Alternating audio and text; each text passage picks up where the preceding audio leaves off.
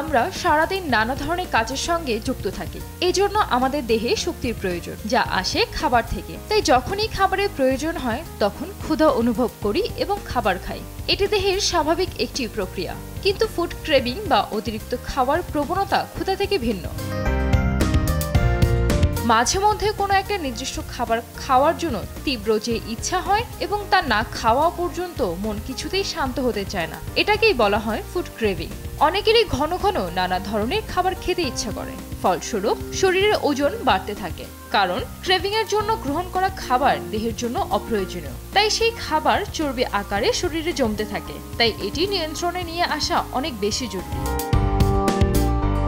নির্দিষ্ট কিছু কারণেও অতিরিক্ত খাওয়ার প্রবণতা বাড়তে পারে, যেমন দেহ পর্যাপ্ত পরিমাণ সুষম খাদ্য না পেরে ঘন ঘন খেতে ইচ্ছা হতে পারে। অনেকেই ওজন কমানোর জন্য না খেয়ে থাকেন, তখন খাবারের ক্রেভিং বেড়ে যায়।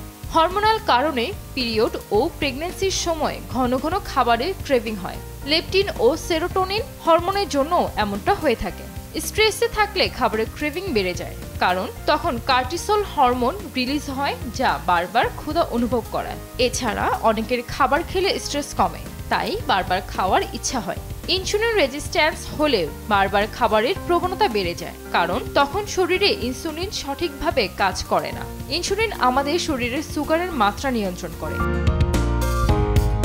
অতিরিক্ত খাওয়ার এই অভ্যাস কমাতে কিছু উপায় মেনে চলতে পারেন। এর জন্য প্রথমেই দেহের প্রয়োজন অনুযায়ী খাবার খেতে হবে। জীবনযাপনের উপর ভিত্তি করে সবার খাবারের চাহিদা ভিন্ন। প্রতিদিন দেহের যতটুকু খাবার প্রয়োজন ততটুকু গ্রহণ করলে ফুড ক্রেভিং অনেকটা কমে যায়। অনেকে ডায়েটের ফলে দীর্ঘ সময় না খেয়ে থাকেন, ফলে এক পর্যায়ে খাবারের ক্রেভিং হয়, যা কন্ট্রোল করা কষ্টকর হয়ে যায়। তাই ডায়েট করলেও ফাইবারযুক্ত খাবার গ্রহণ করতে হবে এবং খাদ্য তালিকায় যাতে পর্যাপ্ত প্রোটিন থাকে সেদিকে লক্ষ্য রাখতে হবে।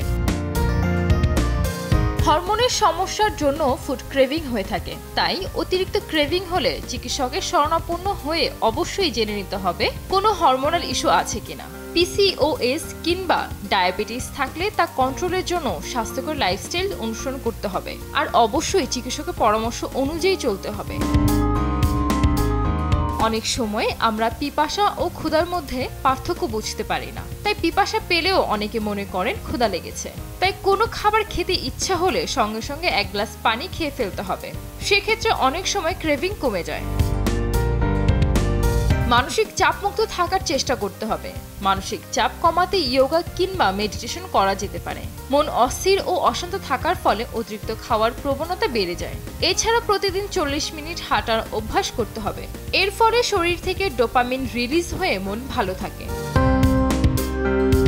বারবার ক্রেভিং হলে অস্বাস্থ্যকর খাবারের জায়গায় স্বাস্থ্যসম্মত খাবার বেছে নিতে হবে। জাঙ্ক ফুড ও প্রসেসড ফুড এমনিতেই বারবার ক্রেভিং এর প্রবণতা বাড়ায়, তাই এসব খাবার এড়িয়ে যেতে হবে। ক্রেভিং হলে খেজুর, বাদাম, ডিম, দুধ, ওটস এই জাতীয় খাবার খেতে হবে। অনেকেরই কোনো কারণ ছাড়াই সারাক্ষণ কিছু না কিছু খেতে ইচ্ছা করে। যে কোনো খাবারের প্রতি তীব্র আকাঙ্ক্ষা সাধারণত 30 থেকে 20 মিনিট স্থায়ী হয়। তাই অবেলায় খাবারের ক্রেভিং হলেই খাবার না খুঁজে 30 মিনিট অপেক্ষা করুন। এতে ধীরে ধীরে ক্রেভিং এর মাত্রা কমে যাবে। খাবার থেকে মনোযোগ দূর করার জন্য গান শোনা যেতে পারে।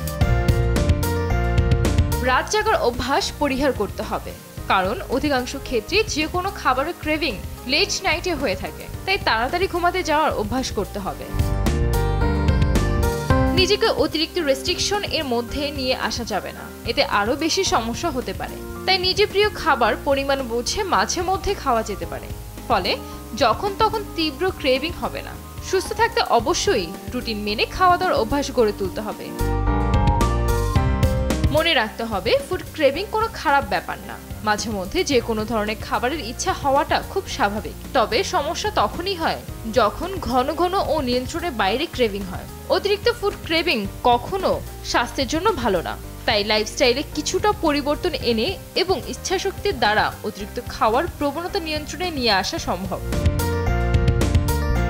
সঞ্জিদা আক্তার, লাইফস্টাইল ডেস্ক, দেশ টিভি।